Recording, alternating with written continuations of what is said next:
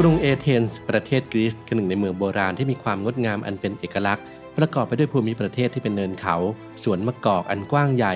ถนนเลียบชายฝั่งที่มีต้นปาล์มเรียงรายและย่านต่างๆในเมืองที่กินพื้นที่ไปทั่วภูมิภาคแอตติกาบริเวณคาบสมุทรแอตติกผู้ที่มาเยือนเอเธนส์สามารถเลือกเข้าร่วมกิจกรรมได้มากมายและมีหลายสถานที่ให้เที่ยวชมนับไม่ถ้วนซึ่งหากจะไปเที่ยวให้ครบคงต้องใช้เวลามากเลยทีเดียวอับดุลไฮทูบจึงรวบรวมเอาสถานที่ท่องเที่ยวยอดนิยม9แห่งที่หากได้ไปเอเธนส์ต้องลองไปเยี่ยมชมกันสักครั้งจะมีที่ไหนกันบ้างไปติดตามกันครับ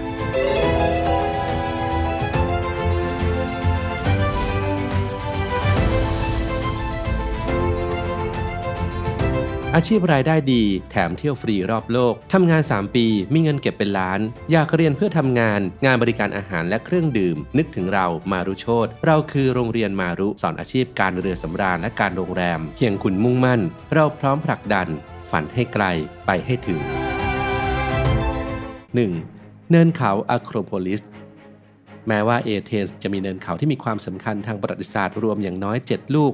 แต่ที่โดดเด่นที่สุดก็คืออะโครโพลิสเนินเขาหินปูนที่เป็นมากกว่าป้อมปราการของเมือง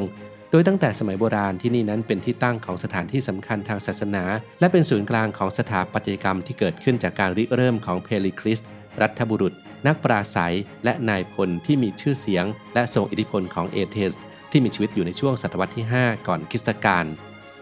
โครงการดังกล่าวนี้เกิดขึ้นในยุคคลาสสิกของกรีซเกี่ยวข้องกับการก่อสร้างวิหารอันน่าอัศจรรย์ที่ทำจากหินอ่อนเพนเทลิกซึ่งมีสีขาวกับสีเหลืองจางๆทำให้สิ่งก่อสร้างที่สร้างด้วยหินอ่อนชนิดนี้มีสีทองส่องประกายภายใต้แสงแดด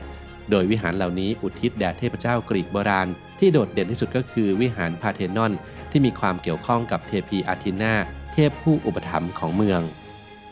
นอกจากนี้ยังมีเอเร็กทิออนวิหารกรีกโบราณแบบไอออนิกที่สร้างอุทิศแก่เทพีอาธีนาเป็นหลักวิหารของซุสโปลิอุสผู้พิทักษ์เมืองและวิหารแห่งอาธีนาไนกี้ที่สร้างอุทิศแด่เทพีอาธีนาและเทพีไนกี้ปัจจุบันเนินเขาอะโครโพลิสเป็นหนึ่งในแหล่งโบราณคดีที่ได้รับความนิยมมากที่สุดในกรีซแม้ว่าจะไม่ใช่สถานที่ประกอบพิธีกรรมทางศาสนาอีกต่อไปแล้วแต่ที่นี่ก็ยังคงเป็นสัญลักษณ์แห่งยุคคลาสสิกของกรีซและสถานที่สำคัญอย่างวิหารพาร์เธนอนก็ถือเป็นสัญลักษณ์สากลของแนวคิดและคุณค่าของตะวันตก 2. พราก้าและอานาฟิโอติกาทั้งถนนและอาคารบ้านเรือนในพราก้าและอานาฟิโอติกาล้วนเต็มไปด้วยวิวทิวทัศน์ที่งดงามที่สุด2แห่งในกรุงเอเธนส์เป็นย่านประวัติศาสตร์ที่มักปรากฏบนโปสการ์ดของเมืองเอเธนส์ทั้ง2ย่านนี้ค่อนข้างเงียบสงบมีการจำกัดจำนวนรถยนต์ที่เข้ามาในพื้นที่จึงสามารถหลีกหนีจากความวุ่นวายได้แม้ว่าย่านทั้งสองมักจะปรากฏอยู่คู่กันแต่ก็มีลักษณะและเสน่ห์ที่แตกต่างกันออกไปพราก้านั้นเป็นย่านที่เก่าแก่ที่สุดแห่งหนึ่งของเอเธนส์เป็นที่รู้จักของอาคารสไตล์นีโอคลาสสิกประกอบไปด้วยคาเฟ่และศิลปะอันเป็นเอกลักษณ์โรงภาพยนตร์กลางแจ้งและร้านขายของที่ระลึกมากมายและเมื่อนักท่องเที่ยวเดินไปตามทางเดินแคบๆก็จะพบแกลเลอรี่และพิพิธภัณฑ์ต่างๆเช่นพิพิธภัณฑ์ฟิสซิลัสพิพิธภัณฑ์จิตรกรรมร่วมสมัยที่จะแสดงคอลเลกชันภาพวาดและประติมากรรมถาวรประมาณ 4,000 ชิ้นโดยศิลปินชาวกรีกและจากทั่วยุโรปส่วนอานาฟิโอติกามีรูปแบบอาคารบ้านเรือนที่อบอวลไปด้วยบรรยากาศแบบชนบทสามารถเดินลัดเลาะท่องไปตามตรอกซอกซอยต่างๆที่พื้นนั้นปูด้วยหินและเต็มไปด้วยต้นเฟื่องฟ้าที่มีชีวิตชีวาให้ความรู้สึกและบรรยากาศเหมือนกำลังอยู่ในหมู่เกาะซิคลาดิสทั้งที่อยู่ในกรุงเอเธนส์ด้วยเพราะรูปแบบของหมู่บ้านสีขาวสะอาดตาที่ประกอบไปด้วยอาคารสีขาวทรงลูกบาศก์หลังคาเรียบหน้าต่างประตูที่เล็กและแคบตลอดจนผนังบ้านที่หนาอันเป็นเอกลักษณ์นั่นเอง 3. จัตุรัสซินแทกมาและสวนสาธารณะแห่งชาติเอเธนส์จัตุรัสซินแทกมาหนึ่งในสถานที่พบปะยอดนิยมของชาวเอเธนส์ไม่ไกลจากเนินอะโครโพลิสที่ซึ่งนักท่องเที่ยวนั้นสามารถชื่นชมกับรัฐสภากรีกหรือรัฐสภาเฮเลนิกและพระราชวังหลวงแห่งเอเธนส์ในอดีตทั้งยังสามารถชมการผลัดเปลี่ยนเวรยามของทหารองครักษ์ที่หน้าสุสานทหารนิรนามที่ตั้งอยู่ใกล้เคียงได้ด้วยใกล้ๆกับจัตุรัสซินแทกมาเป็นที่ตั้งของโอเอซิสสีเขียวสำหรับผู้ที่แสวงหาการหลีกหนีจากป่าคอนกรีตใจกลางเอเธนส์ส่วนสาธารณะแห่งชาติเอเธนส์ได้รับการออกแบบโดยนักธรณีวิทยาและนักพฤกษศาสตร์ชาวเยอรมันฟรีดริช ชมิดในปี 1840 ตามพระบัญชาของพระราชินีอามาเลียแห่งโอโรเดนบูร์กราชินีองค์แรกของกรีซ สวนสาธารณะแห่งนี้เป็นที่รู้จักในชื่อสวนหลวงที่ประกอบด้วยสระน้ำสวนสัตว์ขนาดเล็กและพืชพันธุ์นานาชนิดจากทั่วทุกมุมโลกและอาจได้พบนกที่ไม่ใช่นกสายพันธุ์ประจำถิ่นเช่นนกแก้วสีเขียวแปลกตาโดยบังเอิญได้ 4. ซับปิออนที่นี่เป็นศูนย์การประชุมและนิทรรศการที่เก่าแก่ที่สุดของกรีซอาคารหรูหราขนาดใหญ่สถาปัตยกรรมแบบนีโอคลาสสิกใช้ในการแข่งขันกีฬาฟันดาบในช่วงโอลิมปิกฤดูร้อนในปี 1896 และเป็นหมู่บ้านโอลิมปิกในปี 1906 นอกจากอาคารอันโออาแล้วนักท่องเที่ยวยังสามารถชื่นชมกับสวนของซับปิออนที่ตั้งอยู่ระหว่างสวนสาธารณะแห่งชาติและวิหารแห่งโอลิมเปียนซุสโดยสวนของที่นี่งดงามด้วยสีสันละลานตามีทั้งสนามเด็กเล่นกับห้องโถงใหญ่พร้อมลานกว้างขนาด 2,400 ตารางเมตรสามารถเข้าออกได้อย่างอิสระตลอดเวลาแต่แนะนำให้หลีกเลี่ยงการมาเยือนในช่วงเวลากลางคืนที่มักจะมีผู้คนบางตา 5. วิหารแห่งโอลิมเปียนซุส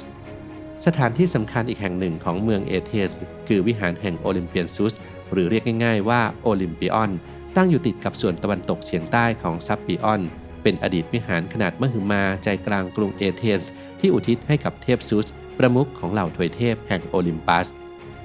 วิหารแห่งนี้สร้างขึ้นในบริเวณที่ตั้งสถานที่ศักดิ์สิทธิ์กลางแจ้งเก่าแก่ของเทพซุสโดยผู้นำเผด็จการชาวเอเธนส์ในช่วงศตวรรษที่ 6 ก่อนคริสตกาลต้องการสร้างวิหารที่ยิ่งใหญ่ที่สุดในโลกยุคโบราณแต่ก็สร้างไม่สำเร็จจนกระทั่งผ่านไปกว่า600ปีในรัชสมัยของจักรพรรดิเฮเดรียนแห่งจักรวรรดิโรมันพระองค์ได้ขยายโครงสร้างวิหารด้วยการสร้างเสาขนาดใหญ่เพิ่มขึ้นถึง104ต้นและทำให้ที่นี่นั้นมีชื่อเสียงในฐานะวิหารที่ใหญ่ที่สุดแห่งกรีซในที่สุดแต่ปัจจุบันเสาของอาคารหลงเหลือให้เห็นเพียง16ต้นเท่านั้นเนื่องจากโครงสร้างเดิมได้รับความเสียหายรุนแรงจากการรุกรานของอาณาระยะชนและภัยพิบัติทางธรรมชาติซึ่งซากปรักหักพังที่หลงเหลืออยู่นี้เป็นเครื่องเตือนใจถึงอดีตอันยิ่งใหญ่ของกรุงเอเธนส์ได้เป็นอย่างดี 6. สนามกีฬาพานาธิเนอิ